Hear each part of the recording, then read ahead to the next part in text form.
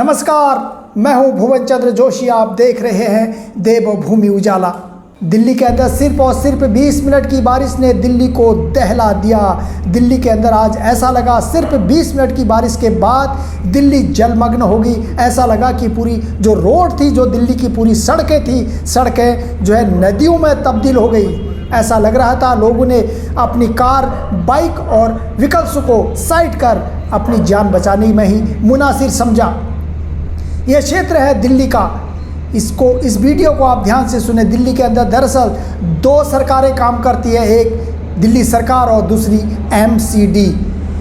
दोनों में शहर और गांव के बीच की जो खाई है, उस खाई के बराबर दोनों के बीच में अंतर माना जाता है। इसीलिए दिल्ली सरकार और MCD के अलग अलग काम हैं। दोनों एक दूसरे के विरोधी भी हैं। अगर दिल्ली के अंदर अलग अलग सरकारें होती है, MCD की सरकार अलग और दिल्ली सरकार अलग होती है, तो एक दूसरे के विरोधी माने जाते हैं। इसीलिए आज दिल्ली नगर निगम की बात करेंगे। दिल्ली में नगर निगम है क्या, आज बात करेंगे। दिल्ली नगर निगम के पावर की बात करेंगे, क्योंकि दिल्ली के नगर निगम MCD की तब याद आती है जब आज 20 मिनट के बाद पूरी दिल्ली जलमय हो गई। इसलिए आज बेहद ज़रूरी है। वीडियो थोड़ी सी बड़ी होगी, आपसे निवेदन है कि इस वीडियो को पूरा देखें और इस वीडियो पर अमल करें। MCD है वो कब अस्तित्व में आई और कब क्यों बनाया गया दिल्ली MCD को। हालांकि 1962 में नगर पालिका अस्तित्व में आई थी। नगर पालिका की पहली आम बैठक 23 अप्रैल 1863 को आम जनता के साथ हुई थी।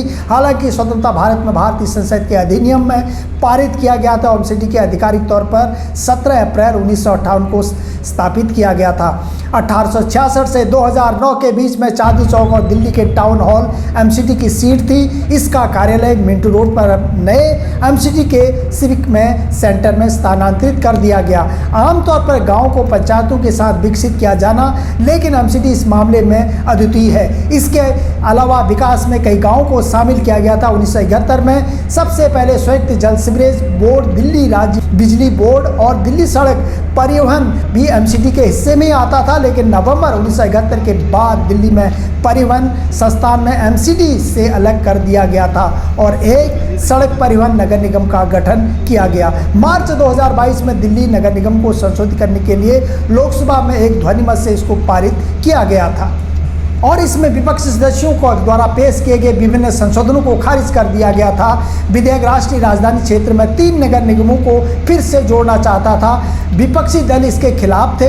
उनका दावा था कि यह कदम भारतीय जनता पार्टी BJP द्वारा नगर पालिका का नियंत्रण हासिल करने का एक प्रयास है, जहां से आम आदमी पार्टी से कड़ी टक्कर मिल सकती है, ऐसा माना जा रहा था। हालांकि विधेयक कहता है कि दिल्ली के तत्कालीन नगर निगम MCD का विभाजन, क्षेत्रीय विभाजन और राजस्व पैदा करने की क्षमता के मामले में आसमान पर था।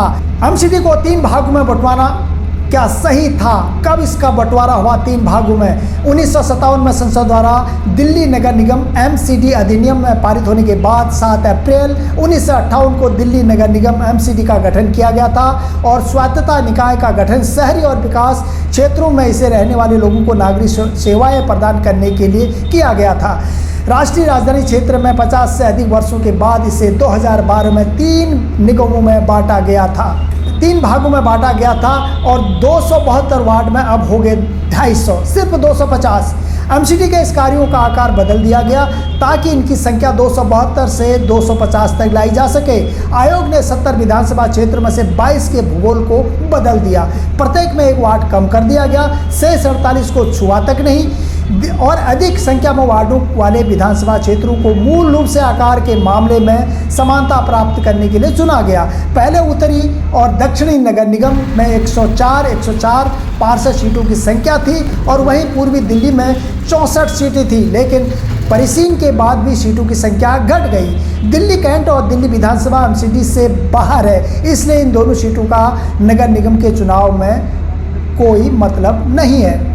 अधिकृत होने के बाद दिल्ली नगर निगम के पार्षदों के एक पार्षद सिर्फ एक मेयर चुना जाएगा, बल्कि इसके साथ ही नगर निगम की standing committee, education work, garden, rural area और सैनिटेशन आदि कमेटियों की अध्यक्षता भी निगम पार्षद ही बनाए जाते हैं। और इसके अलावा हर जोन में एक कमेटी होती है दिल्ली के नगर निगम को फंड करीब 1 साल का 1 करोड़ रुपया मिलता है। पूरे दिल्ली स्तर पर नगर निगम पार्षद को मिलकर हाउस की नीति तैयार करते हैं, जिसके आधार पर नगर निगम और अन्य अधिकारी कामकाज को देखते हैं। नगर निगम के हर पार्षद का सालाना 1 करोड़ रुपए तक का फंड मिलता है, यानी 5 साल में 5 करोड़ रुपए का फंड मिलता है। इस राशि में पार्षद अपने इलाके में भी बहुत कार्य कर सकता है। जिसके अलावा सामान्य स्थिति में और नगर निगमों को अपने इलाके की बड़ी परियोजनाओं के लिए भी प्रस्ताव भेज सकता है। दिल्ली नगर निगम के पास कौन कौन से अधिकार हैं, ये भी जानना बेहद जरूरी है। जैसे कि सफाई की व्यवस्था, दिल्ली के कॉलोनियों में सड़कों पर सफाई करने के अलावा कूड़ा एकत्रित करने के निस्तारण करने की जिम्मेदारी नगर निगम की है। घरों से कूड़ा एकत्र करके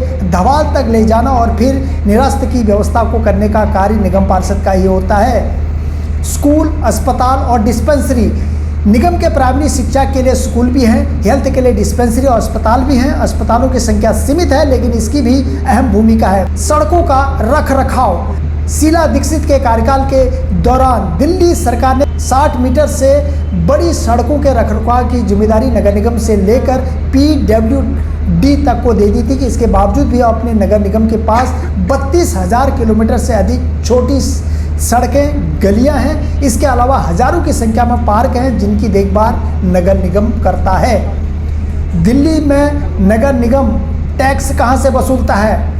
दिल्ली में 45 से 50 लाख संपत्तियां हैं। इन सभी संपत्तियों का टैक्स भी नगर निगम ही वसूलता है। इनमें खाली प्लॉट हो गए, मकान, दुकानें, कॉमर्शियल बिल्डिंग आदि शामिल है। इसी से नगर निगम की सड़कें और बिल्डिंगों पर लगने वाले टैक्स, होल्डिंग, टोल टैक्स आदि पार्किंग के जरिए भी नगर निगम पैसे वसूल करता है।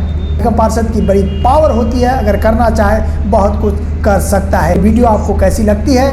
इस वीडियो के बारे में अगर कोई भी इसमें त्रुटि हो, इसके लिए आपका सहयोग चाहिए। अभी तक के लिए इतना ही। नमस्कार।